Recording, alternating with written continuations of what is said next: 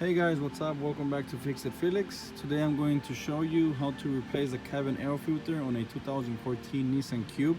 What you have to do, you have to remove the glove box. There's 9 screws that you have to remove. 1 right here, 2, 3, 4, 5, 6, and there's 3 down here. Right here, 7, 8, and 9. So remove those screws. So I'm gonna remove these screws first. I'm just gonna skip this part. Just use a Phillips screwdriver and remove those 9 screws. And I'll continue the video once I remove the screws. Alright guys, I already removed all 9 screws. Once you remove it, you can just pull a little bit outside and this part should come out. You can just put it on the side and put some light.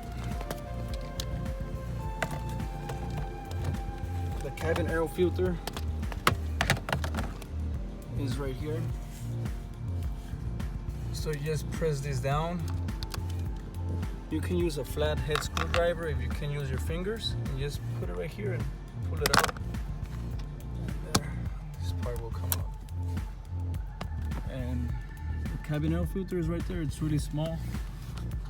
It's right here. You can just pull it out. I'm not gonna take it out. I'm not gonna change this one. This video is just to show you how to do it. But it's just right here. You can just pull right here and pull it out, and just put the new one in. And once you finish, you can just put everything back how it was.